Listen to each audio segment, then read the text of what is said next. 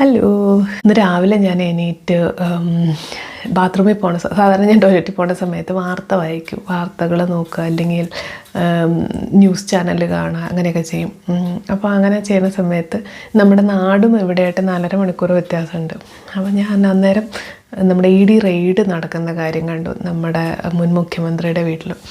എനിക്കത് അത്ര വലിയ എക്സൈറ്റ്മെൻ്റ് ഒന്നും അല്ലെങ്കിൽ ഭയങ്കര സംഭവമായിട്ടൊന്നും എനിക്ക് തോന്നില്ല. കാരണം നമുക്കറിയാം അങ്ങനെ പല റെയ്ഡും നടക്കും, പല രാഷ്ട്രീയക്കാരായിക്കോട്ടെ അല്ലെങ്കിൽ പൈസയുള്ള ആൾക്കാരായിക്കോട്ടെ അതിൽ നിന്നൊക്കെ നൈസായിട്ട് ഊരിപ്പോരും. അതുകൊണ്ട് എനിക്ക് അത്ര വലിയ എക്സൈറ്റ്മെൻ്റ് ഒന്നും തോന്നില്ല. അപ്പോൾ എനിക്ക് ഷോക്കായൊരു കാര്യം എന്താണെന്ന് വെച്ചാൽ ഇതിനകത്ത് ആൾക്കാർ അയക്കുന്ന കമൻസ്, അതായത് എന്താ പറയുക, ഇത്ര നല്ലൊരു വാർത്ത ഇതെന്നൊക്കെ പറഞ്ഞ് അയക്കുന്ന കമൻസ് ഉണ്ടല്ലോ, ഇപ്പോഴും നിൽക്കുന്ന ജനരോക്ഷമാണ് അത് കാണിക്കുന്നത്.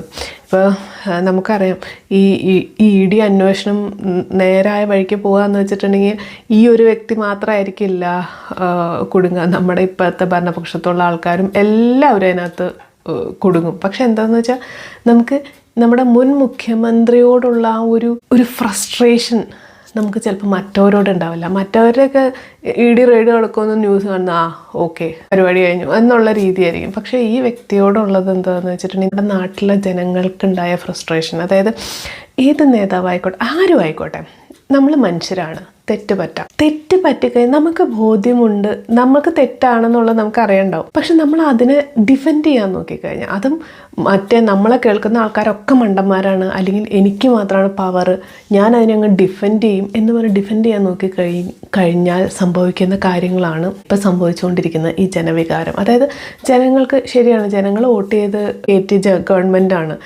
എല്ലാ ഗവൺമെൻറ്റും. പക്ഷേ ഒരു പരിധി കഴിഞ്ഞ് അവരെ അതിന് മാത്രം ജനങ്ങളെ താറടിക്കാൻ നോക്കിക്കഴിഞ്ഞാൽ അവർക്ക് പിന്നെ ഒന്നും ചെയ്യാനില്ല. അവർക്ക് പിന്നെ അടുത്ത ഇലക്ഷൻ വരെ കാത്തിരിക്കാനേ പറ്റൂ. പാർട്ടി പ്രവർത്തകരെ പോലെ റോഡിലിറങ്ങുക, പ്രതിഷേധം ഉണ്ടാക്കുക, ഇതൊന്നും അവരെ കൊണ്ട് ചെയ്യാൻ പറ്റുന്ന കാര്യങ്ങളായിരിക്കില്ല. ഇപ്പോഴും നമ്മുടെ മുൻ മുഖ്യമന്ത്രിയുടെ ഒരു ബോഡി ലാംഗ്വേജ്, അല്ലെങ്കിൽ ഞാൻ ശ്രദ്ധിച്ചൊരു കാര്യം എന്താണെന്ന് വെച്ചാൽ, ഒരു ചോദ്യം ചോദിക്കുമ്പോൾ പുച്ഛിക്കുക, അതായത് ചിരിക്കുക മീൻസ് നല്ല ചിരിയല്ല, പുച്ഛിക്കുക. പിന്നെ നിങ്ങളാരാ എന്നോട് ചോദ്യം ചോദിക്കാൻ എന്നുള്ളൊരു ആറ്റിറ്റ്യൂഡ്.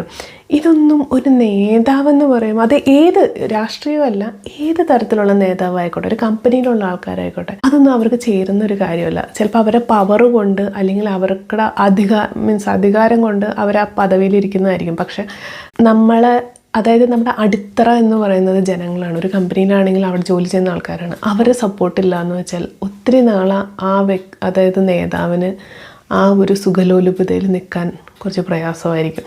അതാണ് നമ്മളിപ്പോൾ കണ്ടുകൊണ്ടിരിക്കുന്നത്.